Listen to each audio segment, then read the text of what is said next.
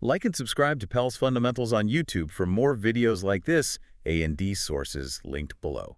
Okay, so before we jump into today's news regional report, we do need to start with a quick correction. Yes, absolutely. In our last video, we mistakenly put Shetland in the Nordics. That's right. A slip-up on our part, so we sincerely apologize for that error. We definitely want to be accurate. Thanks to everyone who pointed that out, by the way. Absolutely. We appreciate the feedback. So, okay, today we're focusing on recent political and economic happenings across the North Atlantic. Right. We've gathered reports on Greenland, the Faroe Islands, and Iceland. And just to be clear, we're presenting factual information directly from the sources we looked at. No opinions, no speculation from our side. Exactly. Just a concise overview of what's been going on. Yeah. Shall we start with Greenland? There seems to be quite a lot happening there. Let's do it. Greenland first. A big piece of news is their upcoming role in the Arctic Council. Yes, the chairmanship. They're taking that on jointly, aren't they? Yeah. That's right. From May 2025 to May 2027, it'll be Greenland, the Faroe Islands, and Denmark holding the chairmanship together. And Greenland's getting a specific role within that. Yes, they're appointing an Arctic ambassador. That'll be Kenneth He, who's currently Greenland's ambassador in Washington, D.C. Interesting. So he'll be chairing the Senior Arctic Officials Committee as well. Exactly. It's quite a significant move, signals Greenland's increasing role, you know. And the Faroes aren't left out either. What's their position? They'll hold the Deputy Senior Arctic Official Chair. That'll be Gunvor Bau. Denmark, of course, continues to chair the kingdom's joint delegation. Okay. And they announced the program for this chairmanship recently in Nuuk. Just on April 11th, yeah. They outlined their priorities. It's quite a list, actually. What are some of the key areas? Well, strengthening cooperation on medical supply chains is one. Mental health, especially for indigenous youth, is another big focus. That sounds crucial for the region. Definitely. Also gathering bigger data on things like gender equality, youth migration, health issues. And then there's the economic side. Sustainable development, I imagine. Precisely. Fishing, mining, the energy transition, tourism, and looking at partnerships with countries outside the Arctic, too. And infrastructure for indigenous communities. Yes, improving communication and transport links, plus a big focus on ocean health. Oh, what does that involve? They're planning an international conference on subarctic and high Arctic connections, biodiversity, pollution, that sort of thing, and a workshop specifically on Arctic cruise ships. Cruise ships. That's becoming a bigger issue, isn't it? It really is. And finally, of course, monitoring climate change, permafrost thaw, biodiversity impacts, air pollutants. It's a packed agenda. It certainly sounds like it. Now, switching tracks a bit, this idea about the U.S. and Greenland, it seems to have surfaced again. It has, yes. Reports, particularly from U.S. sources, suggest Donald Trump and the White House might be looking at a formal plan. A plan to persuade Greenland to join the U.S. That seems to be the angle, using maybe social media campaigns and, importantly, financial incentives. Not exactly subtle. Financial incentives, like what? Well, one specific proposal mentioned is offering $10,000 a year. That's about 66,000 Danish kroner to every Greenlandic citizen. Wow. And how would that even work? The thinking, reportedly, is that this could potentially replace the block grant from Denmark and maybe be offset down the line by revenue from Greenland's natural resources. And Vice President Vance has commented, too. Yes. J.D. Vance echoed the sentiment, suggesting the U.S. could offer Greenland much more money because of its security importance. It follows earlier reports about the White House sort of costing out Greenland's operations and potential resource revenue. So this U.S. interest, it's impacting discussions within Greenland about their own future, right? Their relationship with Denmark. It definitely seems to be a factor, yeah. After the recent election in Greenland, there's broad support politically and publicly for renewing the relationship with Denmark within the Rigsfællesskabet. Danish realm, yeah. But aiming for more equality. Exactly. Greater equality is the key phrase. The new coalition government wants to start negotiations with Denmark for modernized cooperation. They've basically said the status quo isn't working anymore. So not immediate independence, but a significant shift within the current structure. That seems to be the focus for now. The coalition agreement talks about treading cautiously regarding full independence. The priority is equality and also seeking Danish investment. Investment in what areas? Things like hydropower, infrastructure, mining, and maybe better conditions for pensioners, too. Some experts think this whole U.S. angle has actually spurred this push for change with Denmark. It's a complex dynamic, geopolitics playing out locally. And speaking of the U.S. presence, there was news about the commander at Pituffik Space Base. Yes, Susanna Myers, the base commander, was fired. The official reason given was a lack of trust in her ability to lead. And this followed some comments by Vice President Vance during his visit. Apparently so. Vance had made some critical remarks about Denmark's performance or investment in Greenland. Myers then sent an email to staff, including Danish and Greenlandic employees. What did the email say? It seems she was trying to distance herself a bit from Vance's comments, emphasizing unity, saying all flags at the base would wave proudly together. And that wasn't well received back in Washington. It seems not. A Pentagon spokesperson basically said actions undermining command channels or President Trump's agenda wouldn't be tolerated. It really highlights the sensitivities there. It certainly does. Now, Erik Jensen, the former Simonite Party leader in Greenland, he had previously invited Trump, right? He's clarified that now? Yes, he has. After Trump's post-election talk about acquiring Greenland, Jensen had extended that invitation to Nuuk. What was his reason then? Jensen says now his intention was just to open a dialogue, to understand what the U.S. wanted from a partnership, and especially to get more insight into the finances of the 1951 defense agreement with Denmark. The agreement underpinning the U.S. base. Exactly. Jensen feels Greenland hasn't really benefited financially from that deal over the years. But his tone towards Trump has changed.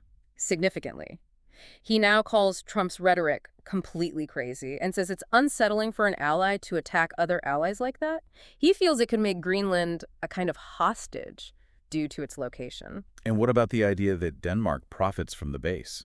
Jensen mentioned that's a long-standing belief in Greenlandic politics, but experts like Ulrik Pram Gad say there's actually no evidence to suggest Denmark makes money from the U.S. presence at Pituffik. Okay. Shifting to more local matters within Greenland, some ongoing police searches. Yes, unfortunately. Police are still looking for a 67-year-old woman with dementia missing in Nanortalik since Saturday midday. The search continues. And someone escaped custody in Nuuk. That's right. A man, mid-20s to early 30s, escaped on Sunday after being arrested for a violent incident. He's still at large, and police are warning against helping him hide. Right, that's a punishable offense. Indeed. They're asking anyone with information to contact them, but not to approach the man. And one more thing from Greenland, some travel disruption in the north. Yeah, helicopter flights around Quanok, specifically to Siorapaluk and nearby settlements, have been disrupted for over 2 weeks now. That must be difficult for residents. They rely on those flights. Heavily. For essential supplies, medication. One person was apparently stranded in Quanok for 2 weeks. Air Greenland is using a temporary helicopter from Upernavik and hopes to have the regular one back by mid-April. Okay, quite a bit going on in Greenland. Let's move over to the Faroe Islands now. There was a report about an incident involving a parliament member, Shure Skal. Yes, he described a pretty unsettling experience. He was at a meeting in Finsen where 2 Israeli women were speaking. And there were protesters outside. A small group, yes, chanting anti-Israel slogans, including from the river to the sea, and apparently directing accusations at people going into the meeting, many of whom were elderly. Accusations like? Accusing them of being complicit in genocide. Skal himself was later targeted with chants like, "Sjurdur Skal, you can't hide, you're supporting genocide." That's quite aggressive. He said it was filmed and shared on a pro-Palestine Facebook group, suggesting the protesters stood by it. He also mentioned a stolen Israeli flag being returned with offensive graffiti. And Scully felt this was unusual for the Faroes. Yes, he expressed concern, saying it felt uncharacteristic and represented a kind of radical anti-Zionism, which he made a point of distinguishing from general support for Palestine. So he's drawing a line between criticism of Israel and this kind of action. Exactly. He mentioned he personally supports Gazans through donations and has criticized both Russian and Israeli leaders, but felt that for some protesters, only complete anti-Zionism is acceptable. He argued this approach ignores complexities and sort of enables Hamas's strategy over the well-being of Gazans. A very difficult situation. Okay, turning to the Faroes economy, the fishing industry. Always important there. What's the latest update? Well, the fish market report gives us a snapshot. Right now, 1 fresh fish longliner is docked. Several freezer longliners are out, mostly near East Greenland, 1 at Flemish Cap, a couple near the Faroes. Catch of the usual species. Cod, haddock. Yeah, cod, haddock, culling, tusk mainly. Currents have been strong but are expected to ease up. Good weather might encourage some smaller boats out, even with Easter coming up. Easter will slow things down, though, presumably. Generally, yes. Lower activity expected. Only 1 deep-sea trawler is out right now, but more might leave soon. No big landings expected before Easter from them, though. What about pair trawlers? 2 pairs are fishing. 1 or both might land before Easter. 1 pair is targeting golden redfish. 3 other trawlers are north of the Faroes, catching mainly cod and haddock, maybe some safe.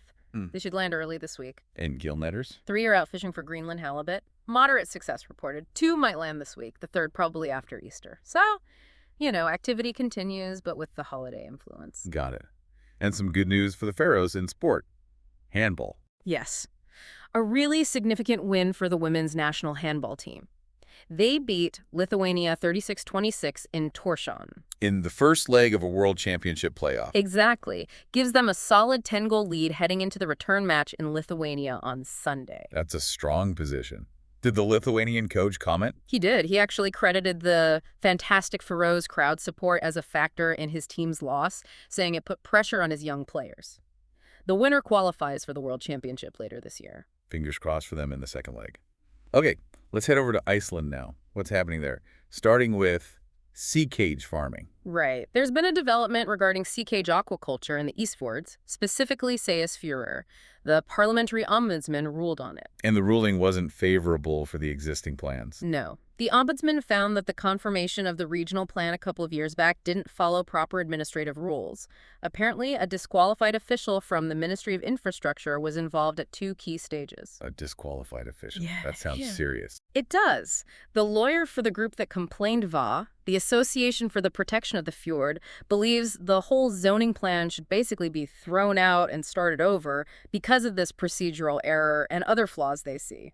So, further permits for sea cages, they're unlikely now. Highly unlikely, it seems. The association is determined to keep fighting against it, and the ball is now in the court of the Minister of Fisheries and Agriculture, Inga Sæland, to decide what happens next. Okay. Also on Iceland, some really tough news about the Iceland Film School. Yes. Very unfortunate. The Iceland Film School declared bankruptcy recently. And the ministry stepped in with the plan for the students. They did. The Ministry of Children and Education announced students would be transferred to the Technical College of Iceland, Tekniskólan, to finish their studies. Well, that decision hasn't gone down well with the film school staff? Not at all. Teachers and staff are highly critical. They feel the decision shows a real lack of understanding about what film education actually involves. What's their main concern? That the technical college isn't suitable? Essentially, yes. They argue the ministry made the decision without consulting them. The technical college's focus is more on digital design, web development, trades, not specialized filmmaking. Whereas the film school is quite specialized. Exactly. They emphasized the unique program they'd built, gaining international recognition, even if not at university level yet, and their strong industry ties. They see the technical college as operating at a different level upper secondary, with little connection to filmmaking. So they feel the ministry's solution isn't really a solution. Pretty much. They see it as poorly considered, not in the students' best interests, and disregarding all the work they'd done to build up the school. The rector apparently called it a pure abuse of power, a difficult situation for everyone involved. Definitely sounds like it. Switching to economic news. Whaling. A major company is changing plans for the summer. Yes. Hreyfellur HF, which is a major player in Icelandic whaling, has announced they won't be hunting any whales this summer. Any reason given? It's purely economic, according to the managing director, Kristján Loftsson. He cited unfavorable prices for their whale products in Japan, the main market. Prices are too low. Apparently so. Combined with the weak Icelandic krona against the yen and just general turmoil in world markets, he said the prices just don't justify whaling right now. They'll wait and reassess next year. Interesting. A market-driven decision there. And finally, tragically, a report of a serious car accident. Yes, very sadly. A serious accident near Hofsós on Friday evening. A vehicle went off the road. Were there injuries? Yes, the driver and 3 passengers were injured. Their conditions weren't specified beyond being serious, but 1 person needed to be airlifted by the Coast Guard helicopter. That sounds bad. Were support services involved? Yes, the Red Cross crisis team was called, and Child Protection Services were informed because several young people were apparently at the scene. The road remained closed while the Accident Investigation Board worked. A very unfortunate event. So, wrapping up this regional report, quite a mix across the North Atlantic, wouldn't you say? Definitely. You've got Greenland navigating its Arctic Council role, this recurring U.S. interest, and its relationship with Denmark. Then the Faroes dealing with some social tension alongside the fishing industry realities and sporting success. And Iceland grappling with these educational issues at the film school. the whaling pause due to market forces, and that difficult aquaculture ruling. Right. It really shows how dynamic the region is. Political shifts, economic adjustments, disruptions to daily life. It's all happening. It's a fascinating snapshot. Lots of interconnected issues across these nations. What stands out most to you from all this, perhaps? Any underlying trends? Well, the geopolitical focus on Greenland is certainly hard to ignore, isn't it? And how that potentially influences internal dynamics. Also, the constant balancing act between traditional industries like fishing and whaling and environmental or regulatory pressures. Good points. It definitely gives us, and hopefully our listeners, a lot to think about regarding the current state of the North Atlantic. We'd encourage everyone to look deeper into these stories themselves. Absolutely. Consider how these local events might connect to larger regional or even global trends. There's always more beneath the surface.